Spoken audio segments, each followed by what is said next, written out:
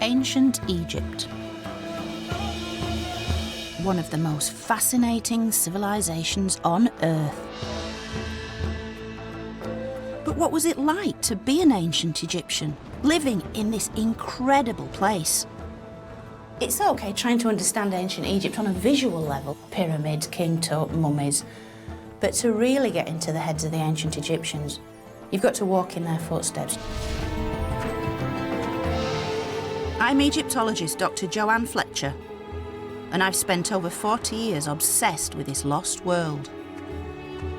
While the magnificent temples and tombs of the pharaohs can tell us one story, I'm interested in another, the story of ordinary people, the real Egyptians. It's such a privilege. We're amongst their family here. This feeling of closeness, of warmth, of love. I'm going to uncover evidence about how they lived their lives. Oh, wow. It's a glimpse into the sort of world of ancient Egyptian interior design and reveal what they hoped for in death. There was no Grim Reaper, just this beautiful goddess wanting to embrace them in her warm arms.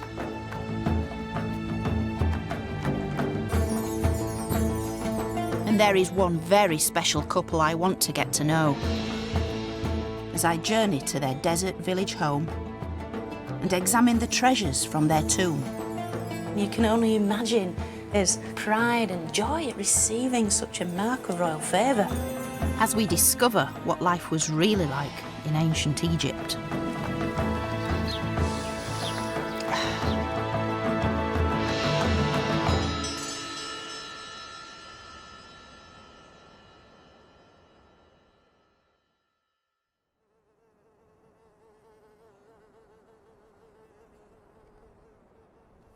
Welcome to Deir el-Medina, or as the people who used to live here 3,500 years ago used to call it, Pardemi, which simply means the village.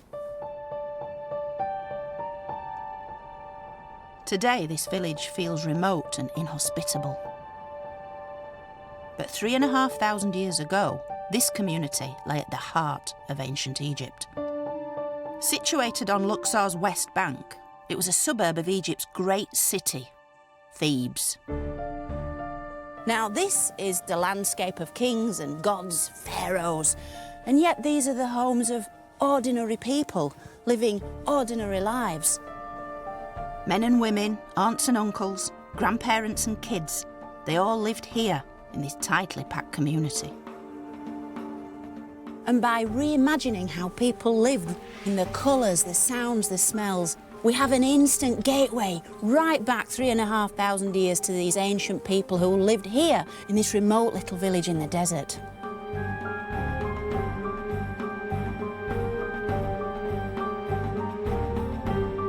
Now, in order to piece together the lives of such people, I've got an amazing set of clues. The earthly remains of a husband and wife who once lived in the village,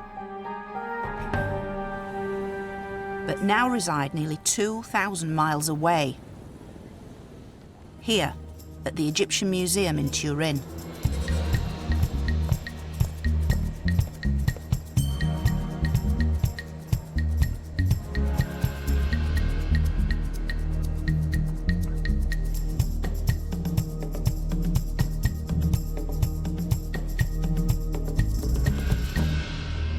Meet Kha and Merit. Kha the architect, Merit his wife. Now, Kha and Merit were two of the sort of leading lights of the village. Kha's actual title was the chief of foremen, so he was in charge of the workforce. And Merit, her official title was Lady of the House, which is ancient Egyptian for housewife. This is the only known statue of Kha. Almost certainly an idealised image, it nonetheless suggests a proud and rather handsome man. And this death mask is one of the few representations we have of Merit, which reveals a soft and very beautiful face. And although these mummies have never been unwrapped, what lies beneath has been revealed by X-rays and CT scans. We know that Kha, who stood about 5'6", was a very striking-looking individual with a rather prominent nose and a great fondness for lots of black eyeliner. But then when we turn to his diminutive little wife, Merit, a very dainty little lady, standing about 5'2". She also had a long, crimped wig of dark brown, wavy hair, which would have made her look really, really beautiful.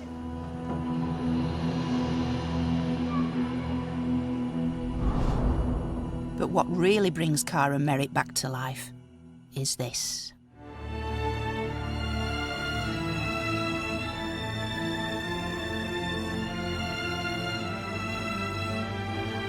The collection of objects discovered in their intact tomb in 1906, where they had lain undisturbed for over 3,000 years. A leading Egyptologist from the time wrote, "I should think it is the greatest find ever made, or rather, the most unique. Absolutely intact and full of antiquities.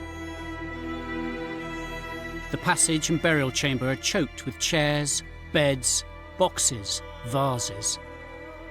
Arthur Weigel, 2 p.m, 15th February, 1906. This is really a unique find because of its intactness, but also because of the wealth of material that was in the tomb. Tables and chairs and stools and more chairs and more coffers, and the coffers packed with linen and the coffers packed with cosmetic vessels. And his shaving equipment packed into a little leather pouch, and his hip flask, and everything is there. Even the shaped breads wrapped with palm fronds to keep them fresh. It is really incredible. There is material there for research for another few generations. The collection not only gives us a fascinating insight into their burial, but also the lives Kha and Merit lived. The finds ranging from death masks and coffins to their most intimate belongings used in life, like this, Merit's beauty box. This is basically the contents of Merit's dressing table. The perfume, cosmetics, moisturisers and all the things that the ancient Egyptians regarded as so essential. Well used and well loved, this stunning cosmetic chest tells us Merit was a well-to-do woman who cared about her appearance. This is Merit's glass black coal eyeliner. Glass was very rare at this time, and it's in the classic Egyptian colour combination of blue and gold. And the black eye paint that Merit herself applied every day to her own eyes is still inside this vessel. It's got its wooden applicator stick in the top, and Egyptian ladies today still use this in exactly the same way. This stone, alabaster, perfume vessel, still got the original contents running down the outside. And it's extraordinary to think that in some cases with the ancient Egyptians, it's not just a question of the visuals, it's how to reach back in time into their world through other senses, the sense of smell, for instance, and to be able to smell the things they smelt, the cinnamon, the lotus, the cedar. Clearly this is an expensive item. So how would a fairly ordinary Egyptian like Merit afford such luxury?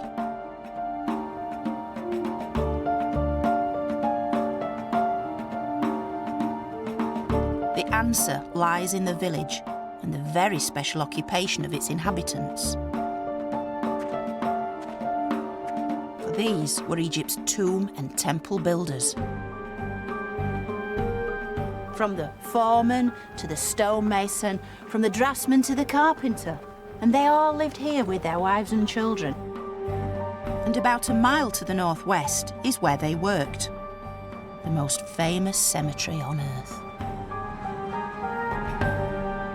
This is the great and majestic necropolis of the millions of years of pharaoh life, prosperity and health in the west of Thebes, or as we know it today, the Valley of the Kings.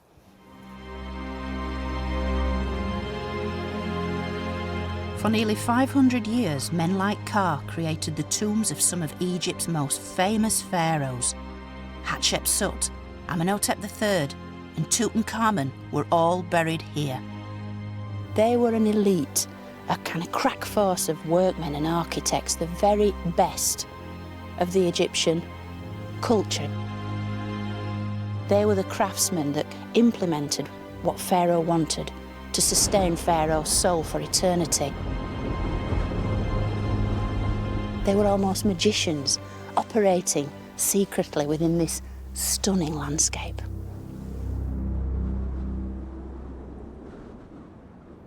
But I'm getting ahead of myself, as the life story of Kha and Merit begins back in the village. Here I want to explore how they may have met and fallen in love. They probably grew up in the village, but how did a young couple like them go about courting?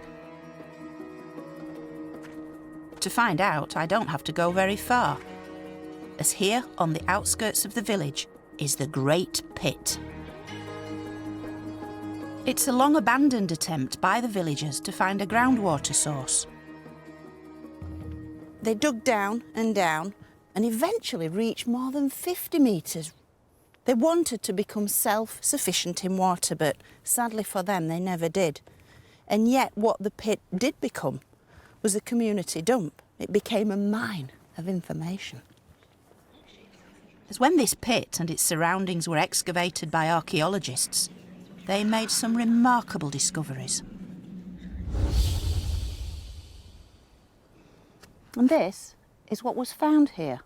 Literally tens of thousands of these pieces of pottery and stone, some with pictures, many more with words, giving us the real history of the village, because these are their notes, their reminders, their love songs, their laundry lists, the very voices of this village.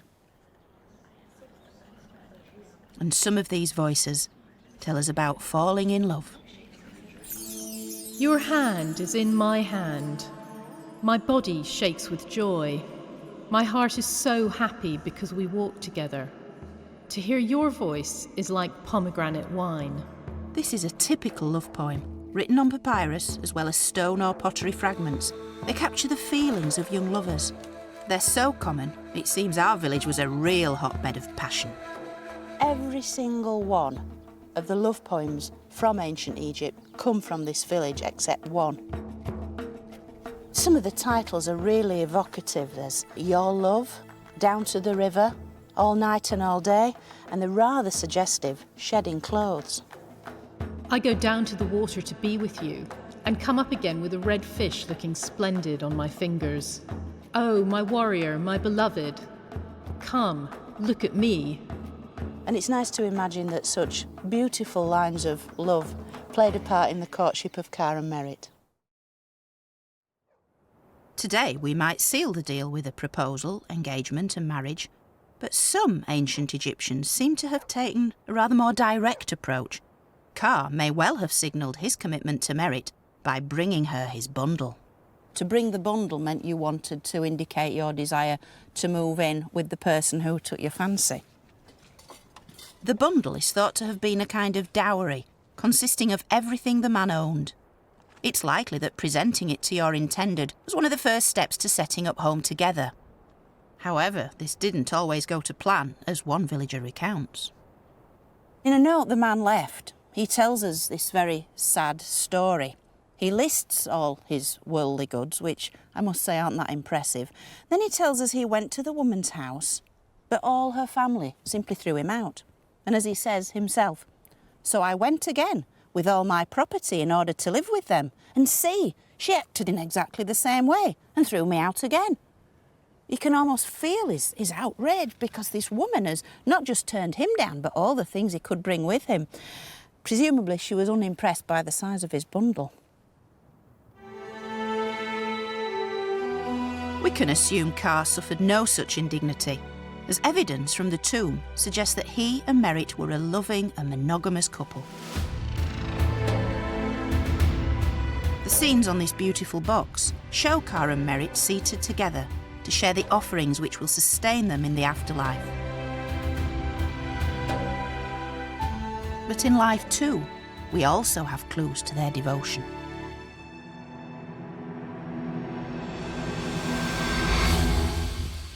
Now, although the ancient Egyptians didn't have a marriage ceremony as we would understand it, they simply moved in together, they nevertheless would exchange love tokens, quite often in the form of rings.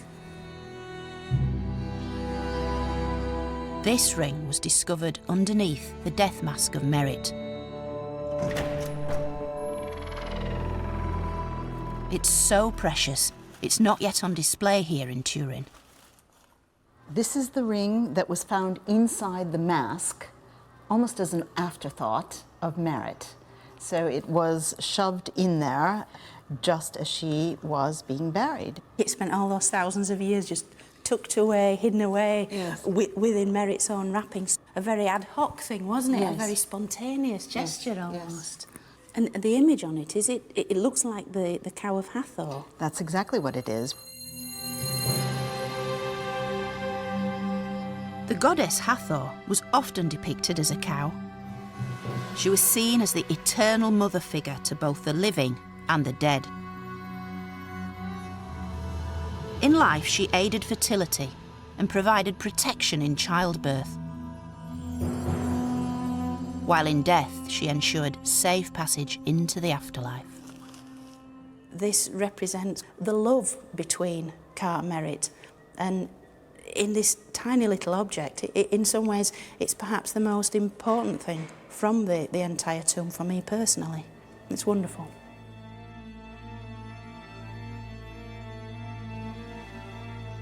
Kha and Merit lived in a glittering age in Egyptian history. Sustained by the annual floods of the River Nile, the Egyptian state had existed for almost 2,000 years.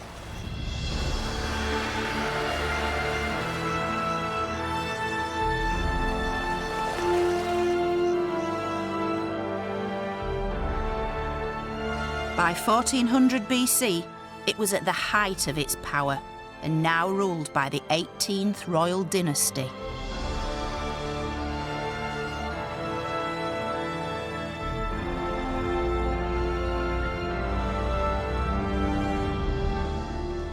Its kings are among the greatest names of ancient Egypt. We have the so-called boy king, Tutankhamun, the great female pharaoh, Hatshepsut, and the so-called bad boy, the heretic, Akhenaten.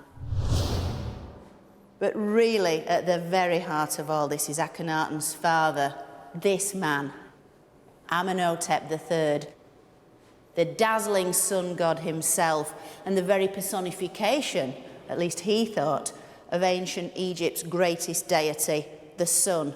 He's my favourite pharaoh because he presided over a golden age when ancient Egypt really did rule the ancient world. And this is the very pharaoh who was Kha's boss. Kha worked for him. Kha's job was to ensure the pharaoh's immortality. He did this by helping design and build some of Egypt's most extraordinary monuments, both tombs and temples. This is one such project from the reign of Amenhotep III. The Solar Court in Luxor Temple. It's a revolutionary design as it moved away from the dark and cloistered shrine to an open celebration of the sun. In return, like all state employees, Kha and Merit were given the things they needed in the village. A home, a tomb, food, water, even servants. This was the highly organised world of the middle classes. Women had rights, many kids and education, and literacy was far higher in the village than elsewhere in Egypt. In Kha and Merit's time, the village consisted of about 20 houses. And while we don't know exactly which one was their house, it was almost certainly one of the larger ones, here at the northern end. Perhaps even this one. So, we go into the front room here. And this would be an area really where the sort of women of the house hung out, chatted, gossiped and so forth. Kids running in and out up the stairs. Around the corner into the perhaps most important room in the house. And here, I absolutely love this. This is built-in furniture. It's kind of like a divan, a chaise longue, if you like. And this is where the gentlemen of the house would sit of an evening, drinking beer, having a chat.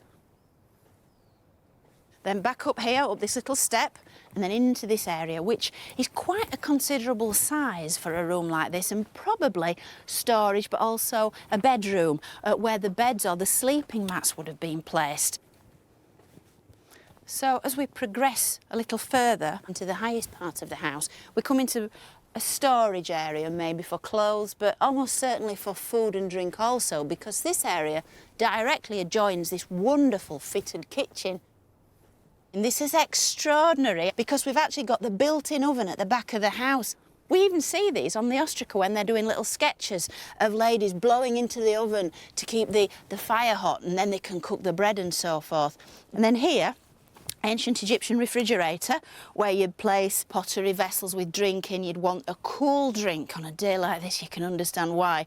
And the only way to do this was to sink the vessels into a pit deeper in the ground. Little tiny temporary roof over it to keep it as chilled as possible. So, fridge, oven, they've got everything they needed. And of course, at either side aren't rooms of this house, but these are the neighbours' houses. These are a terrace street, if you like, of back-to-back houses, the sort Britain had in the Industrial Revolution. So the neighbours were never very far away, and the concept of privacy, certainly in this little corner of ancient Egypt, was a completely unknown thing.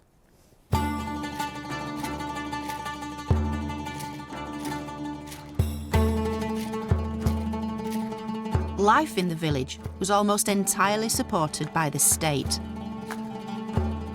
A daily procession of donkeys would carry water up from the Nile Valley to be decanted into a central cistern. Each household was entitled to an average of 100 litres per day for drinking, cooking and bathing. Less than half a mile from the village lies another crucial remnant of this highly organised infrastructure. Although built a little after Kha's time, grain stores like these acted as a kind of bank. Money didn't exist in Egypt at this time, so at the end of each month, Kha would have received his salary as a ration of wheat and barley. Granaries like this would have held an immense amount of food. These granaries alone would have held over 40,000 individual sacks of grain. Chief workmen like Kha were entitled to 7.5 sacks of grain a month, 5.5 of emmer wheat and 2 of barley. Plenty for Merit and their servants to produce the staples of Egyptian life, bread and beer. The villagers also received fish and vegetables and could trade their excess grain for luxuries like meat and wine. These places would have been full of life. People bustling here and there, scribes taking record, making an account of all the stuff being delivered.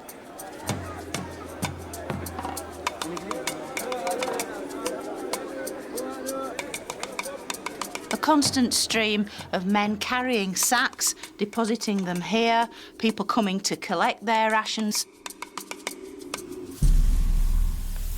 It's a simple system, but one that endured, fueling Egypt's success and political stability for thousands of years.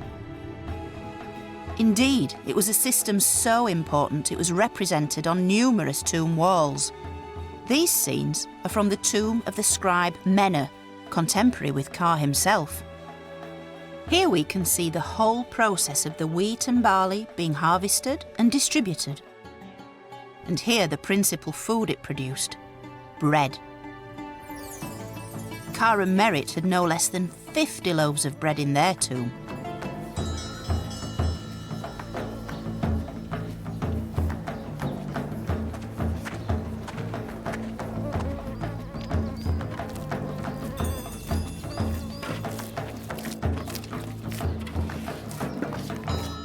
Now bread was the key ingredient in the ancient Egyptian diet. The ancient Egyptians added many different things to it. You could add dates or honey to make it sweet, or savoury things, cumin seeds, coriander seeds, all manner of different ingredients to really vary it. And in the tomb, there's a whole range of different sizes and shapes, including what appear to be gingerbread men, little shapes of fruit, flowers and animals. Although they didn't have yeast as such, the technique of combining flour, water and salt to make bread is virtually unchanged in 3,500 years. I mean, this is a completely timeless scene. This fabulous mud brick oven is typical of the ovens we find in ancient Egyptian settlements.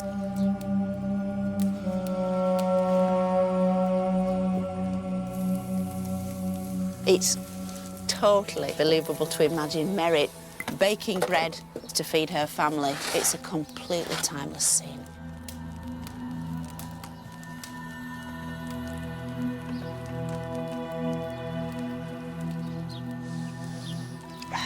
El-Medina.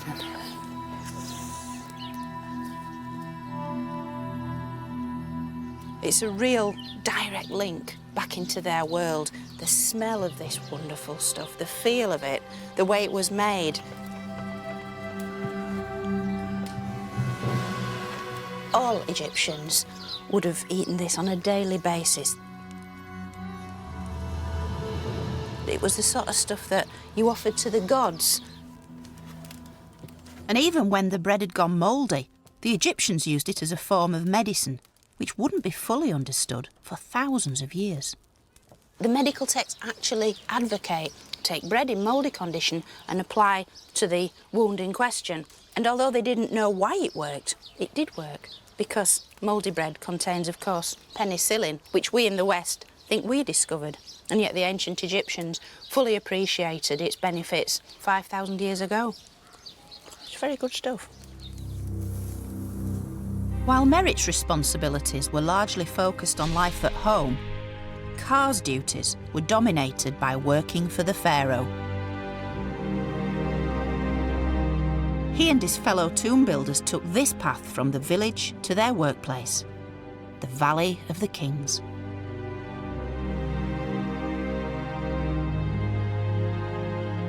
It starts here at the southern end of the village, and then it follows that path there, see, right up over that col, and then we go straight up and over the top of the mountain. Kha and his workforce would have regularly made this journey, sometimes camping out during the working week in small huts in the valley.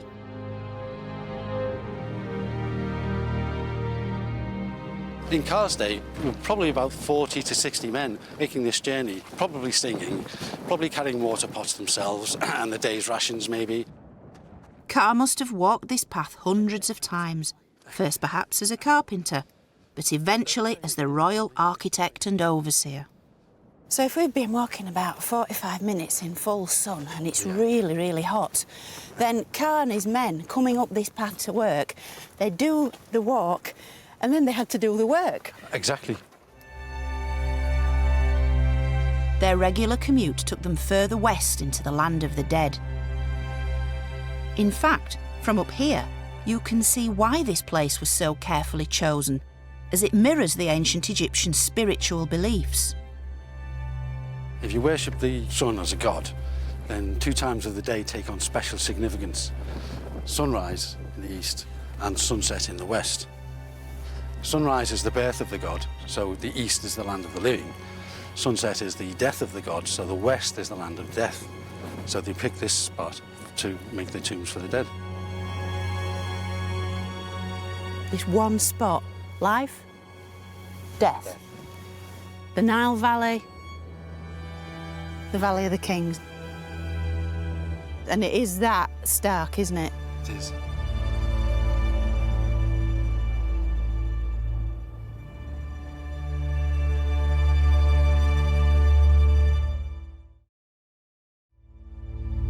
Continuing our hike, we finally reach the western branch of the Valley of the Kings, where time has virtually stood still. Remnants of the tomb builder's world litter the landscape. This is a great staircase. It's superb, isn't it? Beautifully constructed, though, further up, aren't they? It's absolutely perfect. This is it. This is the start of Kha's domain. This is actually a guard hut, and one man would be on guard in here 24 hours a day. And you can see even ancient pottery has been preserved at this site. That's 3,500 years old. So this is like one of Kha's empties. His empty There you go, beer yes. jar. And we know this is 18th dynasty, don't we? Because the valley, this part of the valley, the West Valley, was only ever used for royal tombs in the Kha's 18th day, wasn't it? dynasty. That's right, yeah. The guards in these huts maintained a watchful eye over everything that went on in the valley. What he was guarding against was obviously tomb robbery for the pre-existing tombs. But while the new king's tomb was under construction, the materials used in the construction of the tomb were also very valuable. Metal. Copper, the copper chisels especially, the paints, the plaster, the oils for the lamps. This was all very valuable material. Although deathly silent today, 3,500 years ago, these walls would have reverberated with the sound of Kha's construction teams. There'd be the mallets hitting the chisels in the tomb. There'd be pounding of the people making the plaster, the mixing bowls for the paints. And there'd be the voice of the overseer telling people off or telling people to do this, to do that. Building a tomb for the king was hazardous work, although not all the dangers are immediately obvious.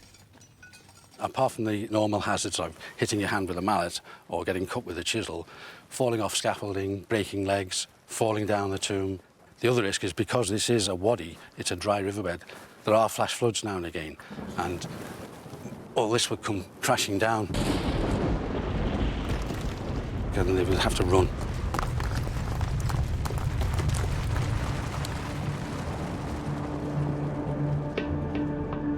During his lifetime, Kha worked on 3 royal tombs, initially as a craftsman.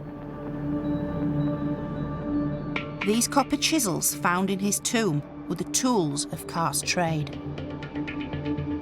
He then rose to become royal architect and the overseer responsible for the design and construction of at least 2 pharaohs' tombs.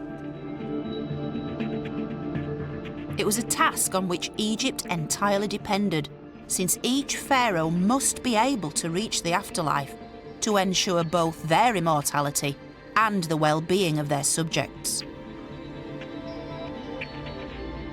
Build it correctly and all would be well.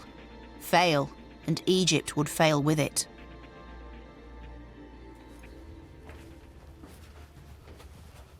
So how did Kha and his men actually undertake this most onerous of tasks? I'll follow in your footsteps. Right. This is tomb KV25. Thought to have been started for Amenhotep III's son Akhenaten, it was left unfinished when Akhenaten suddenly moved his capital away from Thebes. It's as if the workmen only downed tools yesterday. Nice. So you can see, Joe, the unfinished wall. It's been chiselled smooth, but it hasn't been plastered. And you can actually see the gouge marks of the chisels where they've gouged out the material. What a treat to be able to see this kind of working surface. As an architect, Kha meticulously planned the tomb's layout using the ancient Egyptian unit of measurement, the cubit. In modern terms, the cubit was roughly 52.5 centimetres long. And it is subdivided into what was called 7 palms, the palm of your hand. 1, 2, 3, 4, 5, 6, 7. And on the end, we have 4 fingers there. Perfect. Perfect. The way this would be used was marking out and measuring the way down the tomb. In fact, you can see the dots there where they've been marking out. You see? As they came down. It corresponds exactly. Indeed. And it's so usable, look So at simple. that.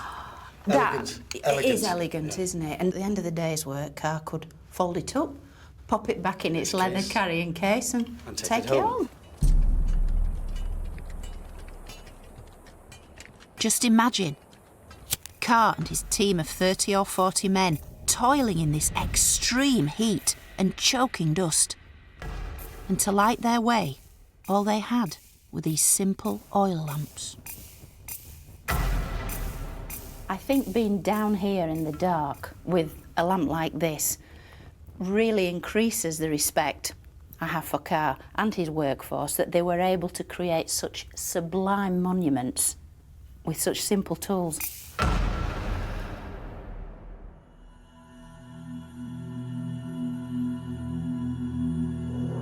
The evidence reveals Kha was highly respected in life. This beautiful object is a golden royal cubit. It was presented to Kha in recognition for his work for the pharaoh Amenhotep II. It can only be equated to a kind of carriage clock or an engraved tankard that you're given for good service. And you can only imagine Kha's pride and joy at receiving such a mark of royal favour. And had the ancient Egyptians had a mantelpiece, this would have been on it. But I think the true value of this special cubit is the fact it's been personalised to such a great degree, and it actually sums up Kha in a single item. It's the tools of his trade, and yet it's been embellished. The inscriptions on this are wonderful. So many little details about Kha's career, about the fact he built a small shrine or temple, not even in Thebes, further north at a site called Hermopolis, so he was clearly active outside of Thebes. It's pretty hard to describe how it feels to hold something like this, that Kha and probably Merit would have held quite a lot just to sort of marvel at it and congratulate themselves on being so high up in Pharaoh's favour.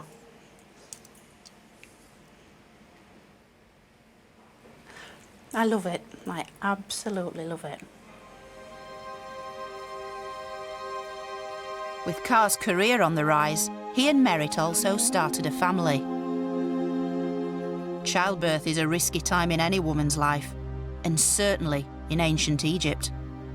Merit would have sought help from Hathor, the pre-eminent goddess of motherhood. All ancient Egyptian women wanted to be like Hathor. She's like a modern female celebrity that all women aspire to be. She had it all, and she was worshipped here. This is the funerary temple of the great female pharaoh Hatshepsut at Deir el-Bahri. Situated just 2 miles from the village, it's located at the base of the very cliffs in which Hathor herself was believed to reside. But how might the goddess have touched Merit's life? These columns are each one topped with the image of the goddess herself, the face of a beautiful woman, but with cow's ears poking through the mass of hair to reflect the goddess's cow-like, docile, sweet nature. She's seen as an eternal mother figure that can nurture all those around her, who would then take care of your soul for eternity and allow you to be reborn each morning with the rising sun. Ordinary people like Merit could not enter the actual temples themselves. These were sacred places reserved for the clergy and the pharaohs. So Merit would have turned to a more domestic form of worship. Now this wonderful thing is an exact replica of a bowl found in the village, and it shows the double heads of the goddess Hathor. I think they very much regarded this as a potent talisman, almost like an amulet that they could have about the house to bring the beautiful face of Hathor into their daily lives. So whatever they put in it, be it food, beer, wine, even flowers, the contents would be almost sprinkled with a little bit of Hathor's magic. Yet Hathor wasn't only the goddess of fertility and motherhood, she was also the deity of sexual pleasure. And the evidence suggests that enjoying sex was as important then as it is now. This is a replica of a section of the so-called Turin erotic papyrus. What it shows are couples actively very actively having sex. The men all appear quite rough and ready. Some have receding hairlines, stubble, pot bellies. Each one has an enormous phallus. As for the women, they're very beautiful, very agile. Each has got a very exquisite hairstyle, fronted by one of these fragrant lotus blossoms. And so there's this desire to almost tap into the erotic. These aren't kind of showing women as slabs of meat simply there for male pleasure, not at all.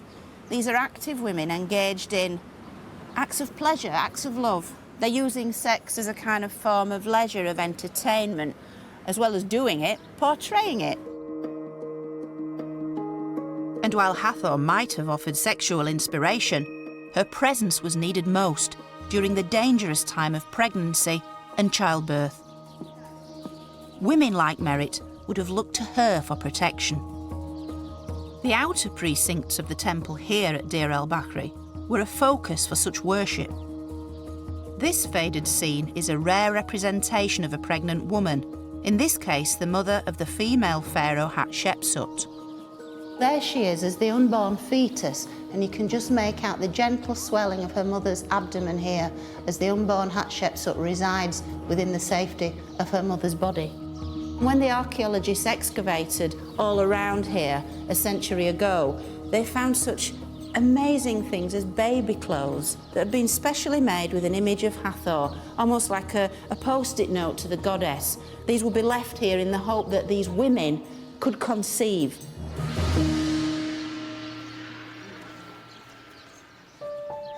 Merit had 3 children that we know of, 2 sons and 1 daughter.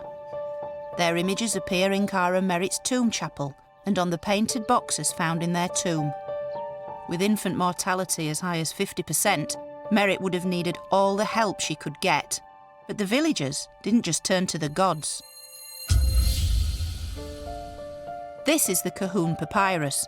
It details the prescriptions and spells used to tackle illnesses suffered specifically by women. Examination of a woman who is aching in her rear, her front, and the calves of her thighs. You should say of it, it is discharges of the womb, and you should treat it with 1 measure of carob fruit, 1 measure of incense pellets, 1 unit of cow's milk, boil, cool, mix together, and drink on 4 consecutive mornings. What they're trying to do is bring some sort of order, some form of understanding to a host of complex medical conditions. And in the root cause of many of the problems associated with women's illnesses is apparently a wandering womb, because the Egyptians thought that this part of the female anatomy wasn't fixed in situ, but would kind of wander all over the body. This bizarre condition had an equally bizarre cure. The woman would sort of stand over burning incense in the hope that the rising sweet smell of the fumes would encourage this wandering womb down into its proper place. And while today this may seem rather strange, such a diagnosis and treatment may have had some positive effect. Certainly to the woman in labour, to have a medical practitioner present reading out these medical prescriptions would have had an almost placebo-like effect. And I think that's the strength of documents like this, used in conjunction with all the amulets and all the magical spells that could be brought to bear by the village midwife. The recitation of texts like this would have brought a further layer of order to a very difficult and complex time in a woman's life. Alongside raising her children, Merit would have been responsible for her home. She's likely to have been just as house-proud as you and me. Yet far from the monochrome beige we see today, the world of ancient Egypt was a riot of colour. And the vestiges of this can still be seen, if you know where to look.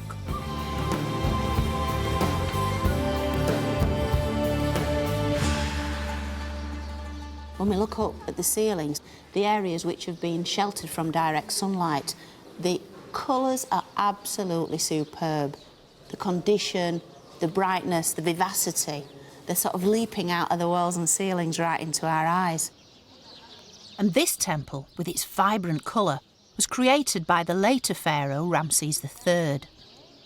The Egyptians were far from subtle in their use of paint. Primary colours, red, green, blue, all these amazing, vivid hues. And the blues and greens are particularly bright.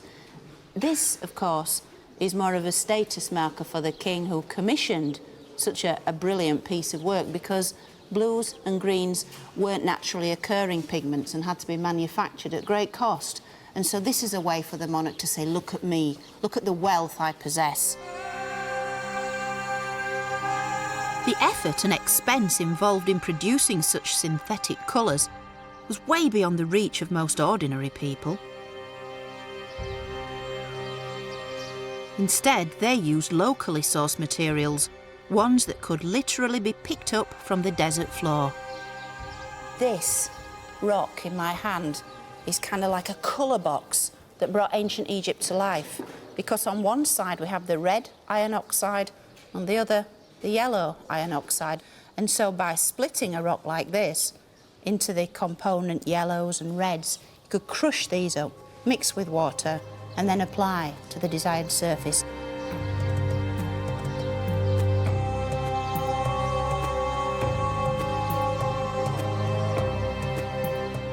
I think the best way to sort of try and reanimate these colours is probably to use that old standby, a little bit of spit. Always works. Rub the stone. It's very, very vivid.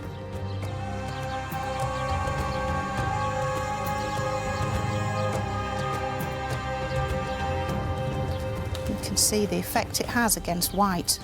So you have these two shades that for the ancient Egyptians really did reflect blood, life, vivacity, and then the yellow of the golden sun.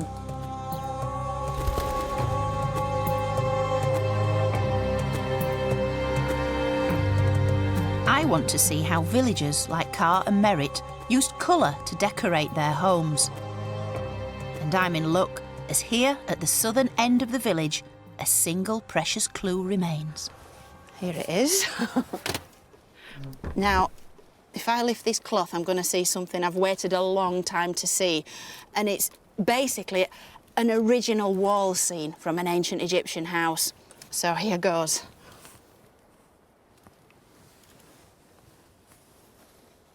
Oh, wow. It's a phenomenal piece. The colours are so fresh. It's a glimpse into the sort of world of ancient Egyptian interior design. It's the lower half of a female musician, and she's playing a flute. She's got gold bracelets, gold anklets. But the most exciting thing are these two tattoos of the household god Bez. So evocative, so warm, so sumptuous in its lavish use of colour, and these fabulous, fabulous leaves. Heart-shaped, draping down the sides to sort of inject some much-needed vegetation, greenery into this sort of desert environment. It's an intriguing thought that here in the very village where the men who built and painted the royal tombs, would they have been commissioned by one of the housewives here to come and paint my house? Or did the women paint these images for themselves? It's something we'll never know, but I like to think that the lady of the house would have had a direct input into the kind of scene she wanted around her as she went about her daily chores with the kids and her friends and female relatives. Such fragments from the past allow us to get closer to the real Kha and Merit.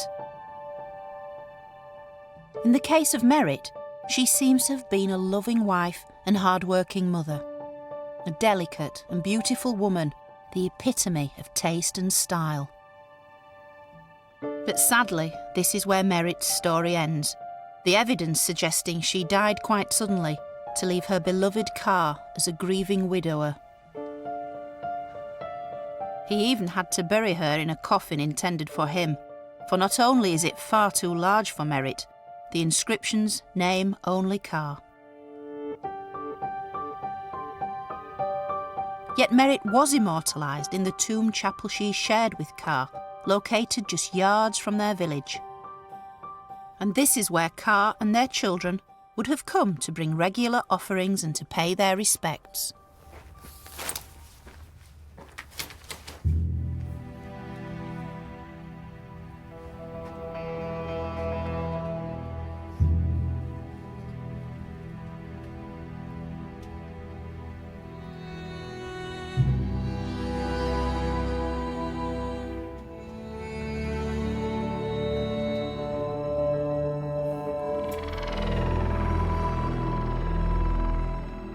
It's such a privileged glimpse into their everyday life. We're amongst their family here, and that's what this whole tomb chapel chamber has all around it, this feeling of family, of closeness, of warmth, of love. What's interesting here is that Kha and Merit are shown several times, and yet the one constant child that's with them is their daughter, Merit, named after her mother. And this is Merit the mother, here, and this is Merit the daughter, behind her. On the other wall we have the daughter, Merit, who's leaning forward towards her father, Kha, and she appears to be tying a necklace around his neck, or perhaps anointing him with perfume. I'd like to think that it was Merit, the daughter, who cared for Kha in his old age.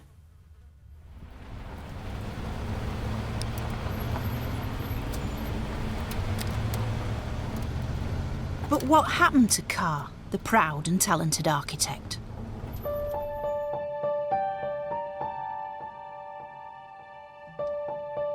These elegant walking sticks may suggest he lived on into old age, continuing to oversee the most important commission of his life.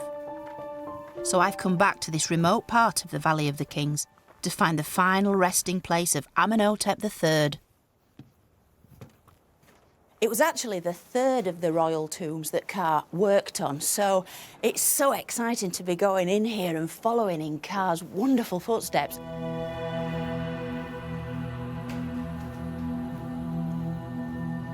My enthusiasm is well-founded because the tomb, currently under restoration, has been closed for decades.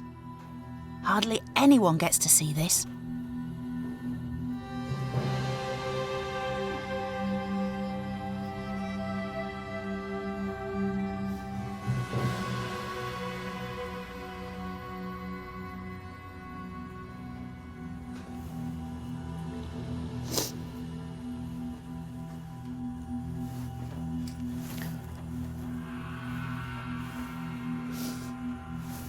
This isn't very professional, is it? Oh, this is so beautiful. It literally has brought tears to my eyes. It is so stunning. The colours are fantastic. It's exquisite. It's Amenhotep III being received into the care of the gods of the underworld. And there's Anubis handing out the sign of life to Amenhotep. Just think, Kha and his men designing these images, just putting the king's vision into practice and just... Oh. Literally, it's taken my breath away. Look, the artist hasn't just come along with his blue paint and the palette and boshed on the paint. Somebody's taken the trouble to apply individual curls of hair here. Can you see the texture? The curls here. That's textured hair. And there also Amenhotep with Osiris, green-faced god of vegetation, new life and resurrection. And that's really what this tomb does. It's a time machine. It's the place where Amenhotep III's mummy would have finally been laid to rest. You can clearly see that no expense was spared, and for good reason. For this is where the pharaoh, then revered as a god, would dwell in the afterlife, his next seat of power. Oh, and down we go, deeper and deeper, into the underworld.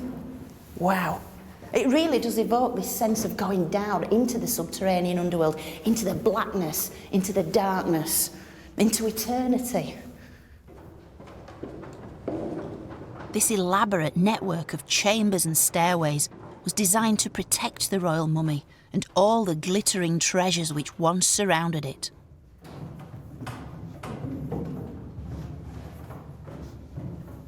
Now look at this very clever trick of the architect, our boy Kha.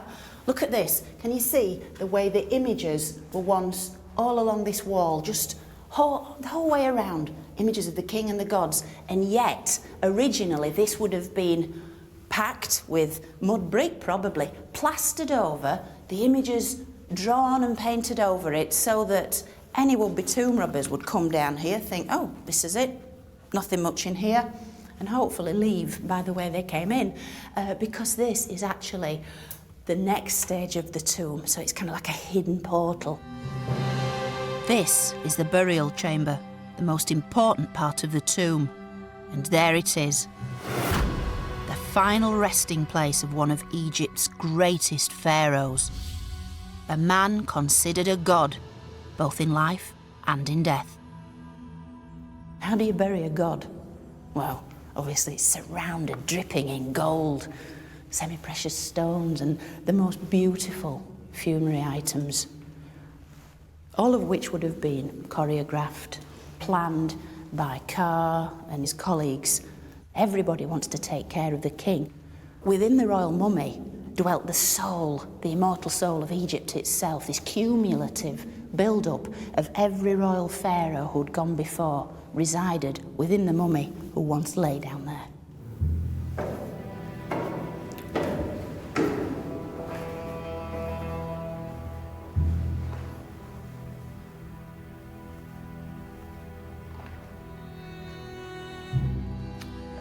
Wow.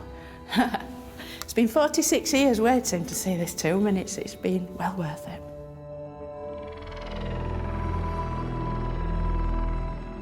Although we can now appreciate his consummate workmanship, it seems Kha himself never saw the finished tomb, for he died before his king.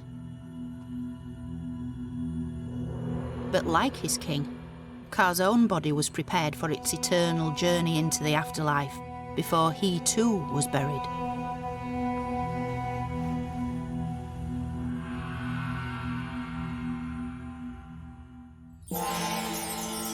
Since this journey has given us a chance to get that little bit closer to Kha and Merit, I think we could almost call them friends.